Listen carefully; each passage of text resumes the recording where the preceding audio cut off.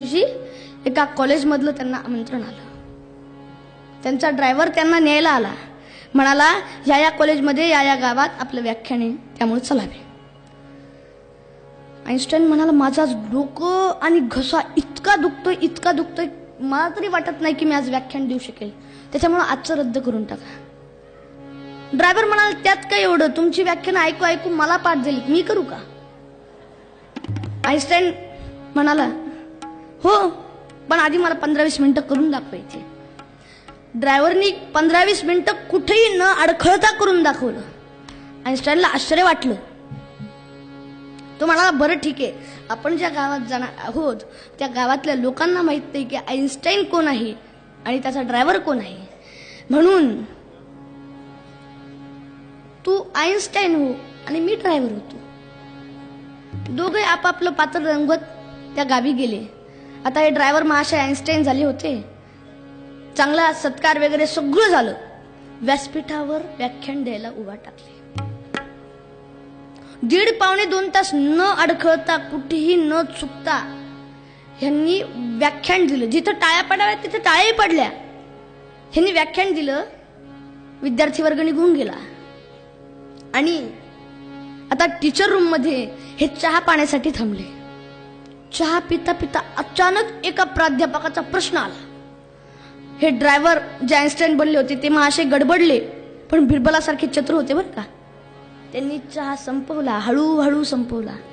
खिशातला रुमाल काढला, तोंड पुसत पुसत प्राध्यापकांना म्हणाले, प्राध्यापक महोदय, आपण विचारलेला प्रश्न इतका सोपा आहे की याचं उत्तर माझा ड्रायव्हर सुद्धा देऊ शकेल. आता ड्रायव्हर तर मूळ आईन्स्टाईनच होता. त्याच्यामुळं आईन्स्टाईन साहेबांनी खड उत्तर द्यायला सुरुवात केली. मग जो आईन्स्टाईन बनला होता तो ड्रायव्हरांच्या त्या प्राध्यापकांनी पायात धरले. म्हणाल, तुमचा ड्रायव्हर इतका विद्वान आहे, तुम्ही किती विद्वान असताल? मग मला सांगा, एका तत्ववेत्याच्या सहवासात राहिला नाही माणूस इतका हुशार होऊ शकतो, इतका ज्ञानी होऊ शकतो, तर संतांच्या सहवासात राहिल्याने का नाही होऊ शकणार? हेच तर संतांचं वैशिष्ट्य असतं. आणि म्हणूनच माणूस चारित्र संपन्न संतांच्या सहवासात राहिल्यानेच होतो. आमचे शिवाजी महाराज सुद्धा संतांच्या सहवासात राहत होते. ते सुद्धा चारित्र्य संपन्न होते. की ज्यांना बघून समर्थांसारख्या बैराग्यांना म्हणावंसं वाटलं, निश्चयाचा महामेरू, बहुत जनासे आधारू, अखंड स्थितीचा निर्धारू, श्रीमंत योगी.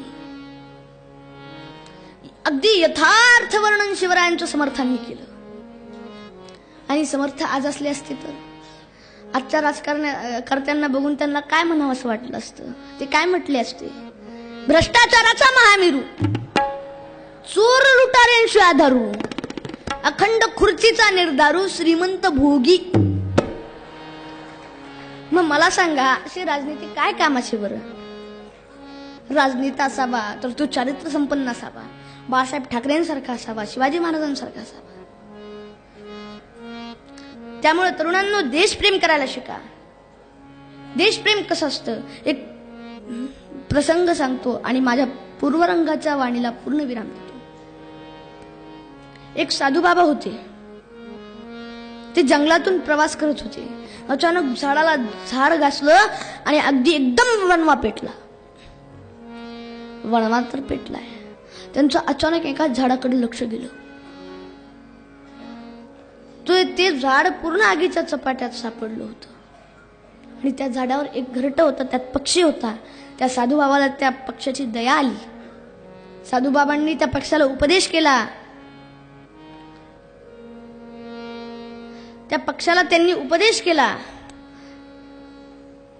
आग लगी हे पेड़ को जलने लगे हे पात, आग लगी है पेड़ को जलने लगे है पात, क्यों बेटा है पेड़ पर ऊर्जा हवा के साथ, क्यों बेटा है पेड़ पर ऊर्जा हवा के साथ.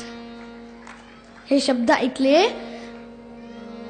आणि तो पक्षी साधूबाबांना म्हणाला, बा माणसा, मी तुझ्या सारखा स्वार्थी नाहीये. त्यांनी मोठं गोड उत्तर त्या पक्षाने साधूबाबाला दिलं. तो पक्षी साधूबाबा म्हणतो, फल खाई इस पेड़ के गंदे किए है पात, अब यही मेरा फर्ज है जल जाऊं इसके साथ, अब यही मेरा फर्ज है जल जाऊं इसके साथ. बा माणसा, मी तुझ्यासारखा स्वार्थी नाहीये. मी या झाडाची फळफळावळ खाल्ली आणि आता माझं हेच कर्तव्य राहील की मी या झाडासोबत जळून जावं. बघा, ह्या पक्षाकडून आजकालच्या पक्षांनी काही शिकलं तर भारताचं नंदनवन होईल. पण आजकालचे पक्ष तर भारत मातेचेच श्राद्ध पक्ष घालायला बसले आहेत. त्यामुळे तरुणांनो, देशप्रेम करा. ही भारत माता तुम्हाला आर्ततेने आवाज देत आहे. त्या आवाजाला प्रतिसाद देण्याचा प्रयत्न करा. त्या आवाजाला प्रतिसाद द्या. या देशाला अधःपतनाला जाण्यापासून वाचवा. आणि अधःपतनाला जाण्यापासून वाचवण्यासाठी संत तुकाराम महाराज आम्हाला सांगतात, देवाजवळ ते प्रार्थना करतात, तुझा लाडका जो देश, तुझा लाडका जो देश, त्याचा झाला पुरा नाश, त्याचा झाला पुरा नाश. आता पोटभरी झोप, आता पोटभरी झोप, आता पुरे पुरे गोप, आता पुरे पुरे गोप. होती असह्य यातना, होती असह्य यातना, तुझ्या विना सांगू कोणा, तुझ्या विना सांगू कोणा. तुका म्हणे देवा देवा, तुका म्हणे देवा देवा, काय निद्रा